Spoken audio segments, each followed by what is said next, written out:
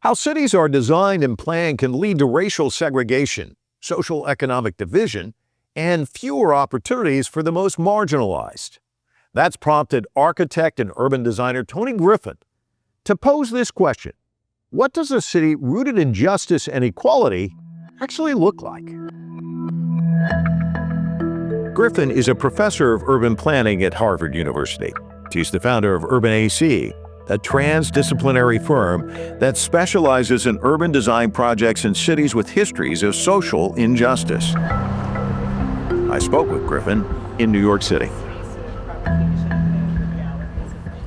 So, Toni, talk to me about your upbringing in Chicago and how that sends you in a direction where you're on the path that you are on now in life. Well, I grew up on the south side of Chicago. I went to a math and science and tech magnet school, which was 2 buses and a train right away from my home.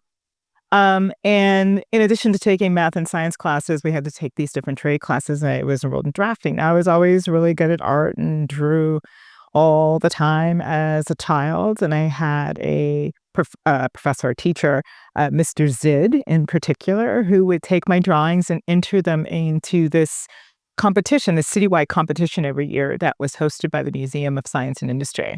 And I would win for my drawings. And that was the first thing that got me interested in drafting translates to architecture, and it's this thing you could do. Now, that was also at the same time where I was watching the Brady Bunch religiously. And so I was really enamored with Mike Brady and his office. And he would come home with these drawings and he'd sit in its office and design houses and buildings. And I think that was really my first intro to architecture. So he pushed those 2 things together. And a counselor who told me about a summer program that the University of Notre Dame had for high school students. So I went to that and did pretty well. And the professor said, well, she should apply. And I did. And a little Black girl ends up at a Catholic school in Indiana. And that's where my architecture career started. Griffin became one of the first Black women to become licensed in architecture in the state of Illinois. There's still about 100 to 120,000 licensed architects in the U.S. Just over 2% are African American, just under 4% are Hispanic. And I'm pretty sure that the numbers of Black women are still hovering around 500. So what does that mean in terms of representation? I think it means a lot. You know, architecture schools in this country are very much predicated on a European model and canon of architecture, how it's practiced, how it's taught, how it is defined in terms of excellence and standards. And I never had a Black professor. I never read a book by a Black scholar. I never was given access to architecture that was designed outside of a European or American context. So it didn't understand the architecture of Latin America or Asia or Africa.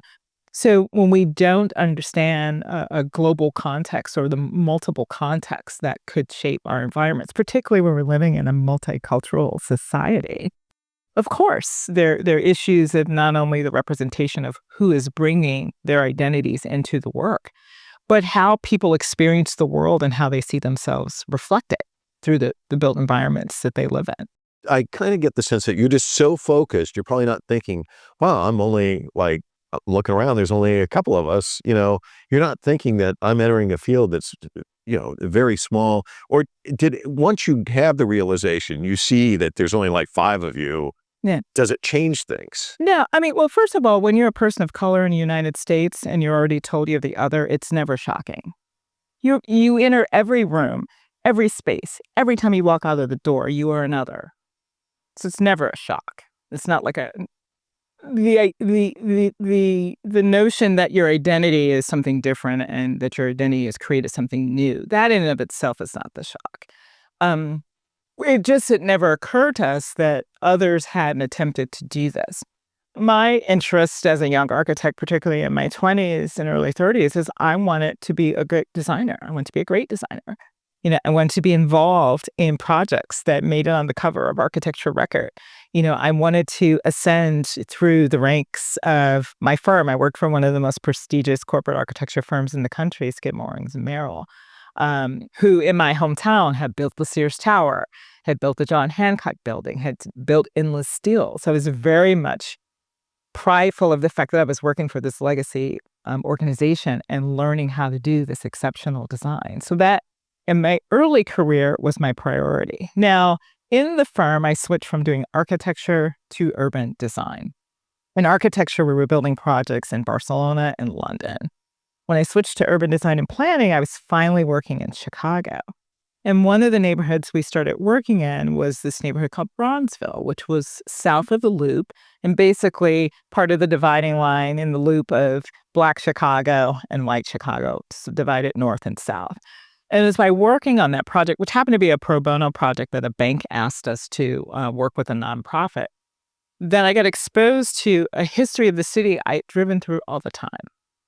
The history of the Black Belt, the history of the Great Migration, where Blacks were migrating from the rural South to industrial jobs in the North, but were actually segregated in a certain part of the city, even though Illinois was not a Jim Crow state. So all of a sudden, all these other histories are unearthing about the place I grew up in. And why were Black folks always on the South Side and whites on the North Side? And why were there not vibrant commercial corridors on some of the neighborhoods in the same way they were in Wicker Park or Lincoln Park? And so you begin to understand redlining, right? Racial covenant practices, these policies that intentionally kept Black and brown people out of the path of progress and prosperity broadly across the city, what limited their ability to live in certain places. So it wasn't until then that I started to connect my identity and my identity as an architect to the role that I could have in shaping cities and architecture. So now I start to combine the desire to be an excellent and exceptional architect and designer and do good and important work to a set of needs and issues that were now very personal to me, right? Because no one had taught us these histories of how cities are made and how certain inequities and injustices actually shape the canvas of the cities we live and work in today. So that's how the fusion happened. But I sense it's almost like you're in a car and you're in one lane and now you're shifting into another lane. Or you're on the local road and now you're on the express. Well, exactly. And it's far more complicated than just looking in your rearview mirror and moving over. That's right. mean, so that transition, what was that like? It was exhilarating, right? I was working not only in my hometown for the first time. I'd been in the firm in like 7 or 8 years. This is the first time actually working in the city where I grew up and where I live. And I'm working with clients who are developers, nonprofits. And it's also the first time I'm working with a client who looks like me. And their work is in service of the residents and businesses that are living in this neighborhood. So all of a sudden it's like, wow, I can have this broader effect with my skills on a larger set of issues that's not just about the building, but it's about the services that are in the neighborhood, the infrastructure that the neighborhood has, how people participate in decision-making. So all of a sudden, architecture sort of dwarfed in this larger field of urban design and urban planning came into focus. So it was very exciting to recognize that I can apply my expertise as a designer to a set of larger intersectional issues that had to do with social well-being, that had to do with economic development, but that also had to do with placemaking. So I was thrilled and like very eager to figure out, well, how do I have more impact in this work? Because this is what I love. I'd always loved architecture and the design of buildings and putting buildings together. But now I became interested in this larger set of issues of how to transform larger territories and the people and the economies in them.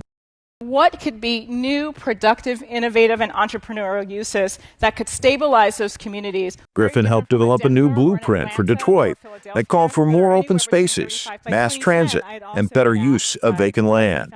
We came up with one neighborhood typology, there are several, called a live-make neighborhood, where folks could reappropriate abandoned structures and turn them into entrepreneurial enterprises with a specific emphasis on looking at the, again, majority 82% African American population.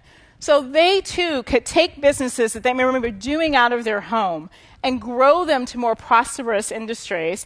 I imagine every day you go to work saying, I've got to move the needle, I've got to affect change. And yet there's always roadblocks and landmines. Talk to me about that transition and the difficulties you. Yeah, one, I was really excited to be in that space. I had a project right before I left SOM where I was working in Detroit. General Motors had just bought John Portman's Renaissance Center on the riverfront, and we were asked to redesign it to accommodate a global headquarters. But that was a project where it wasn't only General Motors and their real estate team. They had a development partner, Hines Development. We had to interact with the city. We had to interact with downtown business community. So it was really interesting to see who was making decisions about the design and development other than us. And we were kind of the low one on the totem pole in terms of the ultimate decision about how much capital to spend in the reinvestment or how to position the parking or the riverfront. And so I was like, you know what? I want to be on that side. I want to figure out how, as an architect and designer, I can be on the public sector side, because the policies that governments develop, the investment tools and incentives and strategies that they offer to facilitate development, that's a lot of power. And that is doing a lot to shape the environments we live in. So I want to see if I could bring a design excellence expertise to that side of the table. So the ability to be able to do that first in Washington, D.C. with Mayor Tony Williams was great. The city had just come out of receivership. The planning office at the time had maybe 10 professional staff. And so he said, this is an important function to shaping, the direction of growth and conservation and development in the city. So let's staff this back up again, deserving of a city that was at the time maybe 600,000 or 700,000 people. So I got to hire about 15 to 20 new staff people, made that a very cross-disciplinary team of economists and real estate development expertise, as well as urban planning, design, and architecture, so that we can go about thinking about, well, what are all the factors that it takes to do really good neighborhood planning for a community that's been disinvested for so long, as well as neighborhood planning for a neighborhood that's on the path of gentrification. How do we reclaim the Anacostia riverfront in D.C. and make it publicly accessible, where it has never been publicly accessible before because it was an industrial waterfront? So the D.C. you would walk into today is in some part a result of all the planning that we did under that administration. Now, I will say I have some conflicts about how things have developed, because it is a highly gentrified and much more expensive city than when we started. So there are lots of lessons in that around the limitations of tools that we have to really effectuate diminishing inequalities in certain parts of our city. There's still a very, very long way to go. But the work I continue to do is to try to see if there are new tools and approaches to combating these really chronic problems that we have in American cities. Griffin now also shares her decades of experience and lessons learned with students at Harvard University. She's created the Just City Lab at the university.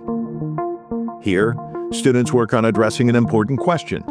How would communities design spaces if we put the values of equality, inclusion, or equity first?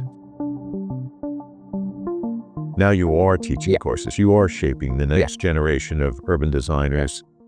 So it's not just your fingerprints on a city, it's fingerprints on a whole range of people who are going to help shape things in the future. Talk to me about that and your sense of hope for the future. Yeah.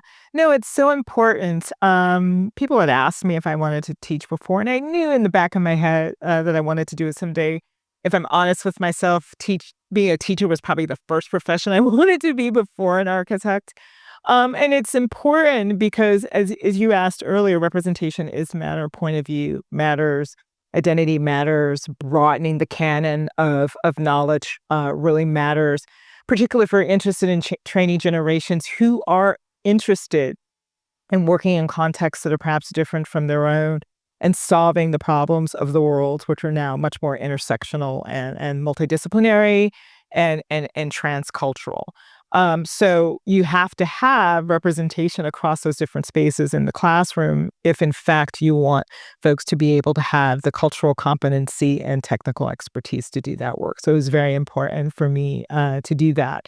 And I'm very grateful and honored to be working in an institution like Harvard University, where I am instructing some of the smartest young people I have ever met, and the way in which they challenge me in the way that I teach, in terms of the dialogue and debate that we're able to have in a class, I think helps me stay sharp in my practice, as well as I hope sharpen the way in which they go into the world as critical thinkers about these issues.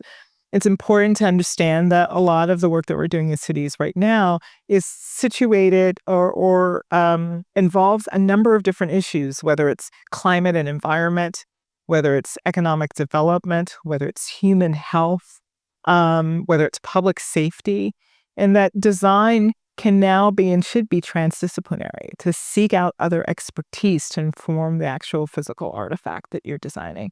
So I hope a lot of what I'm doing through the different classes I teach leave students with a notion that that is what going into professional world looks like and is going to require for you to be successful. Thank you so much. Thank you. It was great talking to you. No, too. Thank you.